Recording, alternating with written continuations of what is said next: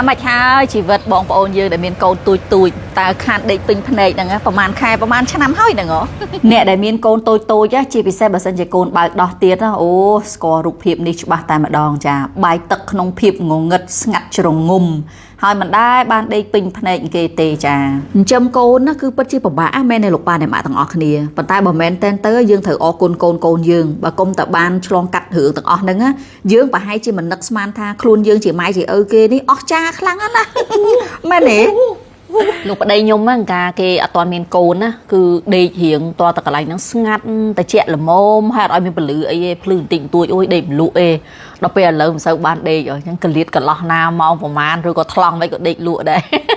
nóไปได้โกนยังเนื้อจีโกนงากอดเงือบบุญแผลดองนะใบมัมจูโนมเถอะกาโดเข้าตังโนมหรือก็โดกับแม่อะไรนั่งอันนั้นหือธรรมดาโกนกันแต่ทมติ๊กเตอร์อันนั้นคือเหียงกัดปะทอยใหญ่โดยโกนยมมาเลยคืออาจไงนะคลาดดีมาหยุดตัวพลื้หรือก็พญาตมาดองไงจังนะก็ปันท้ายขนมกะในเดี๋ยวทาโกนตังจมออันนั้นบานฮานิเพย์สำหรับป้ามาจนวนนะมายุบตัวเพลือบ้านเกงเตนไปได้โกนตังจมอจังในขนมวิดีโอนี้ยมสมใจแบบอภิสอนมาจนวนเนไปได้โกนยมตังจมอให้ก็จะการชายตอบแต่นังเปรมดยมมาจนวนได้กอดสู้ท่าบองไปโอนตังจมอนั่งยมปลาไอกีส้มจับดาบโดยผลิตภัณฑ์คือยมเผอไบโอเชอร์ให้โกนยมเผอไบโอเชอร์ตั้งปีกาเมาแม่จุ่มเรือตีมุ้ยคือยมโยเจลไบโอเชอร์นั่งเรียบเลินถุงโกนนะเบย์วิสัยคลันแต่นอจมอจังเต้นเบย์กอดทูจมอหอยมุ้ยจุ่มเรือตีนั่นคือยมด่าเนอเลือใดเต้ยีวิให้ยอดใดยมตัดด่าเนอกระบายจมอโกนนั่นน่ะดับเบิลไอกวาดทุ่มคลันงี้สู้ในขนมกาโดดดังหายแค่เอาปีช่วยสมรู้แล้วไอโกนได้ลุสูขนมกลมลงไปได้โกนตั้งจมอยมก็เผยเจลไบโอเชอร์นั่งได้น่ะไปได้โกนชื่อปัวหางปัวดูโกมีสัตว์อัติหรือคำบางกาโกนยมเนยจีโกนงายมก็เผยเจลไบโอเชอร์นั่งไปធ្វើការម៉ាស្សាពោះកូនដែរមកដល់ត្រឹមនេះខ្ញុំសូមផ្អាករឿងកូនតឹងច្រមុះចាំតិចទៀតខ្ញុំចែកម្លែកថាតើមានអីផ្សេងទៀតដែលយើងអាចធ្វើបានអញ្ចឹងណាប៉ុន្តែកន្លែងមួយនេះគឺខ្ញុំសូមដកឃ្លាដើម្បីនិយាយរឿងមួយសិនរឿងហ្នឹងសំខាន់មែនតើលោកប៉ាអ្នកម៉ាក់ចាំថាស្បែកក្មេងអត់ដូចគ្នាទេលក្ខខណ្ឌសុខភាពរបស់ក្មេងម្នាក់ៗគឺខុសគ្នាទាំងអស់សូម្បីតែកូនខ្ញុំពីរនាក់ដែលកើតចេញមកពីម៉ែតែមួយឪតែមួយដូចគ្នាហ្នឹងណាក៏អត់ដូចគ្នាដែរដូចក្នុងករណីបែបឈើហ្នឹងអញ្ចឹងក្នុងករណីរឿងសម្រួលដង្ហើមពេលដែលគាត់តឹងច្រមុះពេលគេហ្នឹងទាំងពីរនាក់ប្រើត្រូ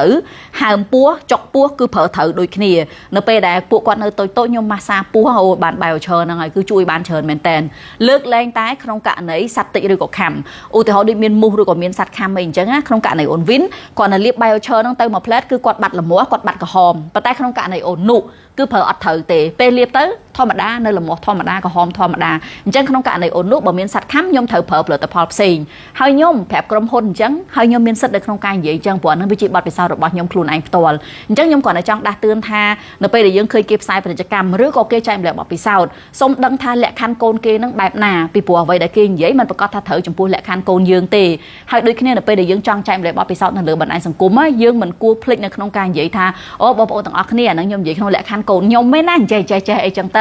ៅពីព្រោះមិនមនុស្សម្នាក់និយាយហ្នឹងគឺគ្រប់ករណីទាំងអស់វាសិតតែត្រូវឬក៏វាសិតតែខុសនោះទ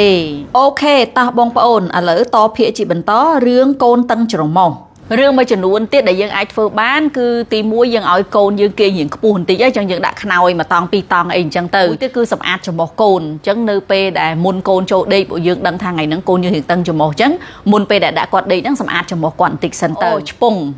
ហ្នឹងគឺយើងអាចដាក់សរោមប្រៃឆ្ពង់អញ្ចឹងណាប៉ុន្តែតាមបទពិសោធន៍ខ្ញុំឯណាអាឆ្ពង់ម៉ាស៊ីនអាទូចហ្នឹងអាហ្នឹងក្នុងករណីកូនតឹងច្រមុះបន្តិចមែនតើប៉ុន្តែបើសិនជាកូនតឹងច្រមុះខ្លាំងតើប្រើម៉ាស៊ីនឆ្ពង់រៀងធំបន្តិចអាហ្នឹងមិនអាចទៅរួចករណីមានលទ្ធភាពនឹងគីឡូថានៅកន្លែងបន្ទប់ឬក៏កន្លែងយើងស្នាក់នៅហ្នឹងវាមានផ្សែងពុលឬក៏ខ្យល់មិនល្អអីច្រើនអញ្ចឹងណាអានេះយើងអាចប្រើម៉ាស៊ីនបន្សុទ្ធខ្យល់បានគាត់ថាជាទូទៅម៉ាស៊ីនបន្សុទ្ធខ្យល់ហ្នឹងវារៀងថ្លៃគួរសមប៉ុន្តែមួយទៀតបើក្នុងករណីថាកូនហ្នឹងរៀងដូចតឹងច្រមុះរៀងច្រើនថ្ងៃអាហ្នឹងគឺថ្មីថ្មោងសម្រាប់ខ្ញុំដែរគឺប្រហែលជាកូនឯងមានអាឡែស៊ីចំពោះអីមួយអញ្ចឹងយើងត្រូវរកឲ្យឃើញថាកូនអាឡែស៊ីអីគ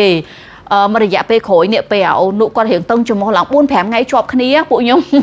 ធ្វើអស់ហើយលាងម៉ាស៊ីនត្រជាក់និយាយទៅហៅជាងហៅអីមកលាងសម្អាតចឹងទៅកម្រាលពូកដូរហើយមិនត្រឹមតែប៉ុណ្្នឹងឯងសម្អាតពូកនឹងទៀតហៅគេមកអាសម្អាត deep clean នៅលើពូកនឹងគឺថាលាងអស់ហើយចុងក្រោយដឹងរកឃើញអីអត់ថ្នាំមូសចានៅពេលដែលឈប់បាញ់ថ្នាំមូសបានកូនខ្ញុំឈប់តឹងច្រមុះឈប់អាឡែស៊ីប៉ុន្តែសួរថាចុះថ្នាំមូសនឹងបាញ់មកយូរណាស់ហើយមិនគាត់អត់អីចាគាត់ទៅអីធ្វើអីគាត់ចា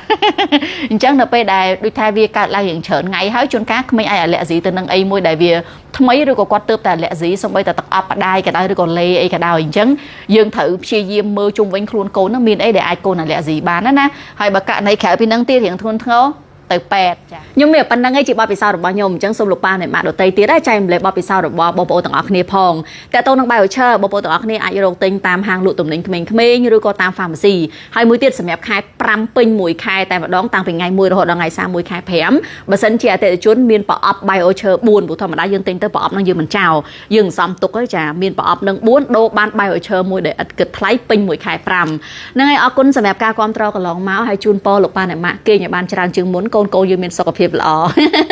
ជម្រាបលា